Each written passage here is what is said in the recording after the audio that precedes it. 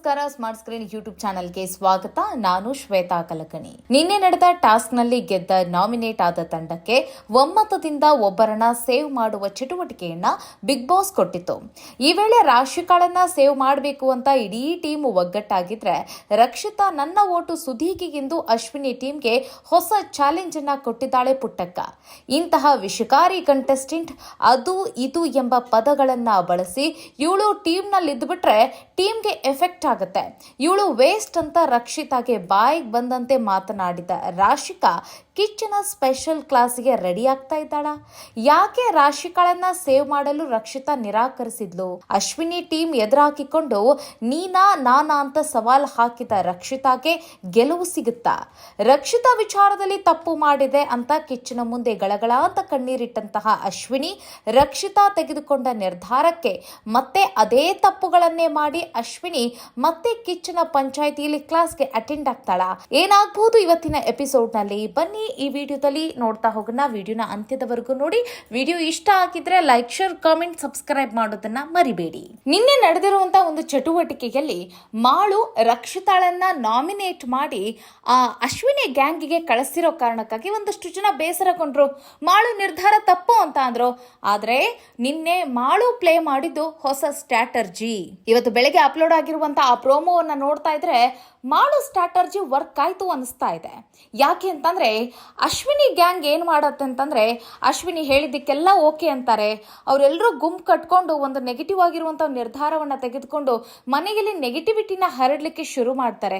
ಹೀಗೆ ನಿಮಗೆಲ್ಲ ಗೊತ್ತಿದೆ ಯಾವ ರೀತಿಯಾಗಿ ಅವರು ಆಟವನ್ನ ಆಡ್ತಾ ಇದ್ದಾರೆ ಅಂತ ಹೇಳಿ.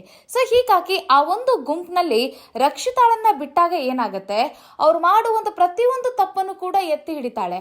ಅವರು ಗುಂಪಲ್ ಗೋವಿಂದ ಅಂತ ಹೇಳಿ ಏನ್ ಓಟ್ಗಳನ್ನ ಹಾಕ್ತಾ ಇರ್ತಾರಲ್ಲ, ಅದೆಲ್ಲದಕ್ಕೂ ಕೂಡ ಬ್ರೇಕ್ ಹಾಕ್ಲಿಕ್ಕೆ ರಕ್ಷಿತಾಳೆ ಸರಿಯಾದ ಪರ್ಸನ್ ಅಂತ ಹೇಳಿ, ರಕ್ಷಿತಾಳಿಗೆ ಅವಳು ನಿದ್ದೆ ಮಾಡ್ತಾ ಇದ್ದಾಳೆ ಅಂತ ಹೇಳಿ ಏನೋ ಅದೊಂದು ರೀಸನ್ ಕೊಟ್ರಲ್ಲ, ಆ ರೀಸನ್ ನಲ್ಲಿ ವ್ಯತ್ಯಾಸ ಇದೆ, ಇಲ್ಲ ಅನ್ನಲ್ಲ.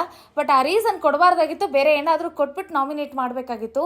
ಬಟ್ ಏನಂತಂದ್ರೆ ಅವಳು ನಾಮಿನೇಟ್ ಆದ್ರೂ ಕೂಡ ನೋಡುವಂತ ವೀಕ್ಷಕರು ಸೇವ್ ಮಾಡೇ ಮಾಡ್ತಾರೆ ಅನ್ನೋ ನಂಬಿಕೆ ಮೇಲೆ ಕೊಟ್ರ ಏನ್ ಕತೆ ಗೊತ್ತಿಲ್ಲ. ಒಟ್ಟಿನಲ್ಲಿ ಮಾಳು ರಕ್ಷಿತಾಳನ್ನ ನಾಮಿನೇಟ್ ಮಾಡಿ ಆ ಟೀಮ್ಗೆ ಕಳಿಸಿದ್ದೇನಿದೆಯಲ್ಲ, ತುಂಬಾ ಒಳ್ಳೇದಾಯ್ತು ಅನಿಸ್ತಾ ಇದೆ ಆ ಪ್ರೋಮೋವನ್ನ ನೋಡ್ತಾ ಇದ್ರೆ. ಹಾಗಾದ್ರೆ ಆ ಪ್ರೋಮೋದಲ್ಲಿ ಏನಿದೆ ಅಂತಂದ್ರೆ ನೋಡಿ, ನಾಮಿನೇಟ್ ಆಗಿರುವಂತಹ ತಂಡದಲ್ಲಿ ರಕ್ಷಿತಾ ಇದ್ದಾಳೆ. ಕಂಪ್ಲೀಟ್ ಆಗಿ ಈ ಅಶ್ವಿನಿ ಗ್ಯಾಂಗೇ ಇರುವಂತದ್ದು. ಅದರಲ್ಲಿ ಹೊರತಾಗಿ ಈ ರಕ್ಷಿತಾಳನ್ನು ಕೂಡ ಸೇರ್ಪಡೆಯನ್ನ ಮಾಡಿದ್ದಾರೆ. ಕಾರಣ ಇಷ್ಟೇ, ನಾನು ಹೇಳದ್ನಲ್ಲ, ಇದೊಂದು ಹೊಸ ಸ್ಟ್ರಾಟರ್ಜಿ ಅಂತ ಹೇಳಿ. ಸೊ ನಿನ್ನೆ ಕೊಟ್ಟಿರುವಂತಹ ಟಾಸ್ಕ್ ನಲ್ಲಿ ನಾಮಿನೇಟ್ ಆಗಿರುವಂತಹ ತಂಡವೇ ಗೆಲ್ಲುತ್ತೆ. ಆಗ ಬಿಗ್ ಬಾಸ್ ಒಂದು ಚಟುವಟಿಕೆಯನ್ನ ಕೊಡ್ತಾರೆ. ಒಮ್ಮತದಿಂದ ನಾಮಿನೇಟ್ ಆಗಿರುವಂತಹ ತಂಡ ಒಬ್ಬರನ್ನ ಸೇವ್ ಮಾಡ್ಕೊಳ್ಬೇಕು ಅಂತ ಹೇಳ್ತಾರೆ. ಆಗ ನಿಮಗೆ ಗೊತ್ತಲ್ಲ, ಗುಂಪಲ್ ಗೋವಿಂದ ಅನ್ನೋ ರೀತಿಯಾಗಿ ಯಾರು ಕೂಡ ಅಶ್ವಿನಿ ವಿರುದ್ಧ ಉಸಿರೆತ್ತೋದಿಲ್ಲ. ಆಕೆ ಏನ್ ಹೇಳ್ತಾಳೆ ಎಲ್ಲರೂ ಕೂಡ ಅದಕ್ಕೆ ಜೈ ಜೈ ಅಂತಾರೆ. ಸೊ ಹಾಗಾಗಿ ರಾಶಿಕಾಳನ್ನ ಅಶ್ವಿನಿ ಸೇವ್ ಮಾಡೋ ಲೆಕ್ಕದಲ್ಲಿ ಇರ್ತಾಳೆ.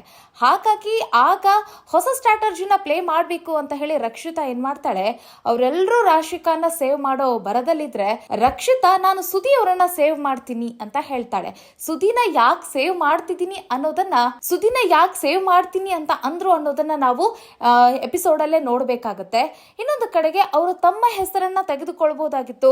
ನಾನು ತುಂಬಾ ಚೆನ್ನಾಗಿ ಆಟ ಆಡಿದ್ದೀನಿ, ಎಲ್ಲ ಕಡೆ ನಾನು ವಾಯ್ಸ್ ರೈಸ್ ಮಾಡಿದ್ದೀನಿ, ನಾನು ಆಟ ಆಡ್ಕೊಂಡು ಬಂದಿದ್ದೀನಿ, ಈ ರೀತಿಯಾಗಿ ಹೇಳ್ಬೋದಾಗಿತ್ತು. ಮತ್ತೆ ನೀವು ಗಮನಿಸಿರ್ಬೋದು, ಅವರು ಆಟದಲ್ಲೂ ಕೂಡ ಚುರುಕಾಗೇ ಇದ್ದಾರೆ. ಸೊ ಹೀಗಿದ್ರೂ ಸಹಿತ ರಕ್ಷಿತಾ ತನ್ನ ಹೆಸರನ್ನ ತೆಗೆದುಕೊಳ್ಳದೆ ಸುದಿ ಹೆಸರು ಹೇಳಿದ್ದಿದೆಯಲ್ಲ, ಇದೊಂದು ಹೊಸ ಸ್ಟ್ರಾಟರ್ಜಿ ಅಂತಂದ್ರೆ ತಪ್ಪಿಲ್ಲ. ಕಾದ್ ನೋಡೋಣ ರಕ್ಷಿತಾಳ ಸ್ಟ್ರಾಟರ್ಜಿ ಏನಾಗಿತ್ತು ಅಂತ ಹೇಳಿ. ಸೊ ಹೀಗಾಗಿ ಅವರೆಲ್ಲರೂ ಕೂಡ ವಿರೋಧವನ್ನ ವ್ಯಕ್ತಪಡಿಸಿದ್ದಾರೆ. ಸುದಿ ಮಾತ್ರ ಸೈಲೆಂಟ್ ಆಗಿರೋದನ್ನ ಗಮನಿಸಿ. ಯಾಕಂತಂದ್ರೆ ಇಲ್ಲಿ ರಕ್ಷಿತಾಳ ಓಟು ಸುದಿಗ್ ಬಿದ್ದಿರೋ ಕಾರಣಕ್ಕಾಗಿ ಸುದಿ ಸೈಲೆಂಟ್ ಆಗಿದ್ದಾರೆ.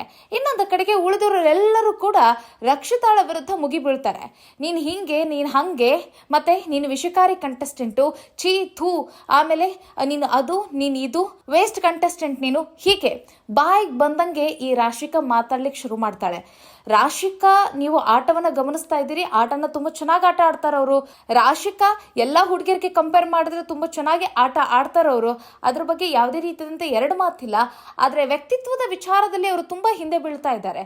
ಬಾಯಿಗೆ ಬಂದಂಗೆ ಮಾತನಾಡೋದು, ಎಲ್ಲಿ ಕರೆಕ್ಟ್ ಆಗಿ ಮೆಚೂರ್ಡ್ ಆಗಿ ನಿರ್ಧಾರವನ್ನ ತೆಗೆದುಕೊಳ್ಬೇಕು ಅಲ್ಲಿ ನಿರ್ಧಾರವನ್ನ ತೆಗೆದುಕೊಳ್ಳೋದಿಲ್ಲ. ಇನ್ನೊಬ್ಬರ ನಿರ್ಧಾರಕ್ಕೆ ರೆಸ್ಪೆಕ್ಟ್ ಮಾಡೋದಿಲ್ಲ. ನೋಡಿ, ಇಲ್ಲಿ ಒಮ್ಮತದಿಂದ ವೋಟ್ ಹಾಕಬೇಕು ಅಂತ ಇರುತ್ತೆ. ಈಗ ರಕ್ಷಿತಾಳ ವೋಟ್ ಏನಂತಂದ್ರೆ ಸುದೀಗ್ ಹಾಕಬೇಕು ಅಂತಿದ್ದಾರೆ. ಅದು ಅವರ ನಿರ್ಧಾರ. ಆ ನಿರ್ಧಾರಕ್ಕೆ ರೆಸ್ಪೆಕ್ಟ್ ಮಾಡಬೇಕು. ಇವ್ರೇನಂತಂದ್ರೆ ಇವ್ರಿಗೆ ವೋಟ್ ಹಾಕಿಲ್ಲ ಅನ್ನೋ ಕಾರಣಕ್ಕೆ ಇವ್ರ ಬಾಯಿಗೆ ಬಂದಂಗೆ ಅವ್ರು ಹಂಗೆ ಇವ್ರು ಹಿಂಗೆ ಅವರು ವೇಸ್ಟ್ ಇದೆಲ್ಲವನ್ನು ಕೂಡ ಮಾತಾಡ್ತಾರೆ. ನೋಡಿ, ರಕ್ಷಿತಾ ವೇಸ್ಟ್ ಕಂಟೆಸ್ಟೆಂಟೇ ಆಗಿದ್ರೆ ಬಿಗ್ ಬಾಸ್ ಮನೆ ಒಳಗಡೆ ಅವರು ಇಲ್ಲಿವರೆಗೂ ಇರ್ತಾನೆ ಇರಲಿಲ್ಲ. ಅವರು ಎಂದಿಗೋ ಅವರು ಬಿಗ್ ಬಾಸ್ ಮನೆಯಿಂದ ಹೊರಗಡೆ ಹೋಗ್ಬೇಕಾಗಿರೋ ಕಂಟೆಸ್ಟೆಂಟ್ ಆಗಿರ್ತಿದ್ರು. ಅವರೊಬ್ರು ಬೆಸ್ಟ್ ಕಂಟೆಸ್ಟೆಂಟ್ ಆಗಿರೋ ಕಾರಣಕ್ಕೆ ಇವತ್ತು ಬಿಗ್ ಬಾಸ್ ಮನೆಯಲ್ಲಿ ಇಲ್ಲಿವರೆಗೂ ಇದ್ದಾರೆ. ಜನ ಅವ್ರನ್ನ ಅಷ್ಟೆಲ್ಲ ಪ್ರೀತಿ ಮಾಡ್ತಾ ಇದ್ದಾರೆ. ಮತ್ತೆ ವೀಕೆಂಡ್ ಪಂಚಾಯಿತಿ ಅಂತ ಬಂದ್ರೆ ಮೇನ್ ವಿಚಾರ ಇರೋದೇ ರಕ್ಷಿತಾಳದ್ದೇ ಆಗಿರುತ್ತೆ. ರಕ್ಷಿತಾಳ ವಿರುದ್ಧ ಯಾರೆಲ್ಲ ಮಾತಾಡಿರ್ತಾರಲ್ಲ ಅವರೆಲ್ಲರಿಗೂ ಕೂಡ ಚಳಿ ಬಿಡಿಸ್ತಾನೆ ಇರ್ತಾರೆ ಕಿಚ್ಚ ಸುದೀಪ್ ಅವರು. ಸೊ ಹೀಗಾಗಿ ಈಗ ಮೇನ್ ಕಂಟೆಸ್ಟೆಂಟ್ ಆಗಿ ಬಿಗ್ ಬಾಸ್ ಮನೆಯಲ್ಲಿ ಇರುವಂತಹ ರಕ್ಷಿತಾಳಿಗೆ ಇವರು ವೇಸ್ಟ್ ಕಂಟೆಸ್ಟೆಂಟ್ ಅಂತ ಹೇಳಿದಾರಲ್ಲ, ಇನ್ನು ಬಿಗ್ ಬಾಸ್ ಮನೆಯಲ್ಲಿ ಏನಾಗ್ತಾ ಇದೆ ಅನ್ನೋದನ್ನ ಅರ್ಥ ಮಾಡ್ಕೊಳ್ಳೋ ಶಕ್ತಿ, ಆ ಮೆಚುರಿಟಿ ಈ ರಾಶಿಕಾಗೆ ಇಲ್ಲ ಅಂತ ಹೇಳ್ಬೋದು. ಇನ್ನೊಂದು ಕಡೆಗೆ ನೀವು ಇಲ್ಲಿ ಅಶ್ವಿನಿ ಅವರ ಬಿಹೇವಿಯರ್ ನ ಗಮನಿಸಬಹುದು. ಯಾಕಂತಂದ್ರೆ ಕಳೆದ ವಾರ ಸುದೀಪ್ ಅವ್ರ ಮುಂದೆ ಇವ್ರೇನ್ ಮಾತಾಡಿರ್ತಾರೆ, ನಾನ್ ಮಾಡಿದ್ದೆಲ್ಲ ತಪ್ಪು, ರಕ್ಷಿತಾಗ್ ಹಾಗೆ ಹೇಳಬಾರ್ದಾಗಿತ್ತು, ರಕ್ಷಿತಾಗ್ ಹಾಗೆ ಮಾತಾಡಬಾರ್ದಾಗಿತ್ತು, ಲೆಟರ್ ವಿಚಾರದಲ್ಲಿ ನಾನು ತಪ್ಪು ಮಾಡಿದೆ, ಹೀಗೆ ಸಾಲು ಸಾಲು ತಪ್ಪುಗಳನ್ನ ಮಾಡಿದೆ ಅಂತ ಹೇಳಿ ಬಿಕ್ಕಿ ಬಿಕ್ಕಿ ಗಳಗಳ ಅಂತ ಹೇಳಿ ಸುದೀಪ್ ಅವ್ರ ಮುಂದೆ ತಮ್ಮ ತಪ್ಪಾಯ್ತು ಅಂತ ಹೇಳಿ ಒಪ್ಕೊಂಡಿದಾರಲ್ವಾ, ಪಶ್ಚಾತ್ತಾಪ ಪಟ್ಟಿದಾರಲ್ಲ. ಸೊ ಈಗ ಈ ವಾರ ಅದನ್ನ ಗಮನಿಸಬೇಕಾಗತ್ತೆ. ಅದರಲ್ಲೂ ಈ ಒಂದು ನಿರ್ಧಾರ, ಈಗ ಏನು ರಕ್ಷಿತಾ ಅವರು ನಾನು ಸುದಿ ಅವ್ರಿಗೆ ಓಟ್ ಹಾಕ್ತೀನಿ, ನಾನು ರಾಶಿಕಾಗೆ ಹಾಕಲ್ಲ ಅಂತ ಏನು ಹೇಳಿದಾರಲ್ಲ,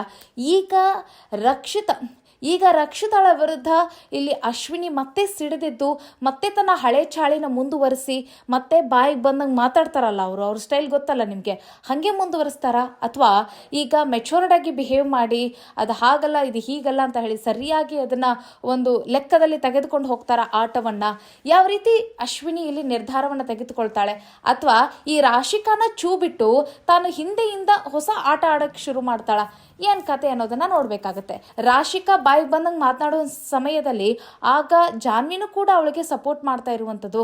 ಅಂದ್ರೆ ಒಂದು ವಾರ ನಾಟಕ ಆಡಿದ್ರಲ್ಲ, 1-2 ವಾರ ನಾಟಕ ಆಡಿದ್ಲು. ಈಗ ಉತ್ತಮ ತೆಗೆದುಕೊಳ್ಳೋವರೆಗೂ ಕೂಡ ಜಾನ್ವಿ ಒಂದು ಹೊಸ ನಾಟಕ ಆಡಿದ್ಲು. ಅಶ್ವಿನಿಯಿಂದ ದೂರ ಉಳಿದಿರೋ ತರ ಏನೋ ಒಂದು ಸ್ಟ್ರಾಟಜಿ ಪ್ಲೇ ಮಾಡಿದ್ರು, ಅದ್ಯಾವುದು ಕೂಡ ವರ್ಕ್ ಆಗ್ಲಿಲ್ಲ. ಅದೆಲ್ಲವನ್ನು ಕೂಡ ಗಿಲ್ಲಿ ಬಯಲು ಮಾಡಿದುಂಟು. ಸೊ ಈಗ ಮತ್ತೆ ಹಳೆ ಚಾಳಿನ ಮುಂದುವರಿಸಿರುವಂತಹ ಜಾನ್ವಿ ರಕ್ಷಿತಾಗೆ ಈ ರಾಶಿಕಾ ಜೊತೆ ಅವಳು ಸೇರಿ ಮಾತಾಡ್ತಾ ಇದ್ದಿದ್ದು. ಸೊ ಇದೆಲ್ಲವೂ ಕೂಡ ಕಿಚ್ಚನ ಪಂಚಾಯಿತಿಯ ಕಟಕಟೆಯಲ್ಲಿ ನಿಲ್ಲುತ್ತೆ. ಸುದೀಪ್ ಅವರು ಇವ್ರಿಗೆಲ್ಲ ಯಾವ ರೀತಿಯಾಗಿ ಮತ್ತೆ ಚಳಿ ಬಿಡಿಸ್ತಾರೆ, ಏನ್ ಮಾತಾಡ್ತಾರೆ ಅನ್ನೋದನ್ನ ಕಾದ್ ನೋಡ್ಬೇಕಾಗತ್ತೆ. ಅವ್ರು ಪ್ರತಿ ವಾರವೂ ಕೂಡ ನೋಡಿ, ಇಲ್ಲಿವರೆಗೂ ಕಳೆದ 4-5 ಪಂಚಾಯಿತಿಯಲ್ಲಿ ಅವ್ರಿಗೆ ಬೈತಾನೆ ಬಂದಿದ್ದಾರೆ, ಹೇಳ್ತಾನೆ ಬಂದಿದ್ದಾರೆ.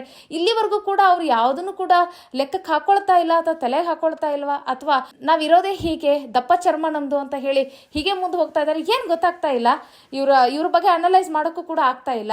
ಕಾದ್ ನೋಡೋಣ ಏನೇನೆಲ್ಲ ಆಗ್ಬಹುದು ಅಂತ ಹೇಳಿ. ನಿಮ್ಮ ಪ್ರಕಾರ ರಾಶಿಕಾ ಸೇವ್ ಆಗಬೇಕಾ ಬೇಡವಾ?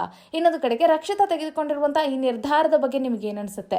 ಈಗ ಅಶ್ವಿನಿ ಗ್ಯಾಂಗ್ ನ ಎದುರು ಹಾಕಿಕೊಂಡಿರುವಂತ ರಕ್ಷಿತಾಗೆ ಮುಂದೆ ಯಾವೆಲ್ಲ ಚಾಲೆಂಜ್ಗಳು ಎದುರಾಗಬಹುದು, ಆಗ ಪುಟ್ಟಕ್ಕ ಯಾವ ರೀತಿಯಾಗಿ ನಿರ್ಧಾರಗಳನ್ನ ತೆಗೆದುಕೊಂಡು ಈ ಅಶ್ವಿನಿ ಗ್ಯಾಂಗ್ಗೆ ಮಣ್ಣು ಮುಕ್ಕಿಸ್ತಾಳೆ, ಇದೆಲ್ಲವನ್ನು ಕೂಡ ಕಾದ್ ನೋಡೋಣ ಏನೆಲ್ಲ ಆಗುತ್ತೆ ಅಂತ ಹೇಳಿ. ನಿಮ್ಮ ಅಭಿಪ್ರಾಯ ಇನ್ನು ಕಮೆಂಟ್ ಮಾಡೋದನ್ನ ಮರಿಬೇಡಿ.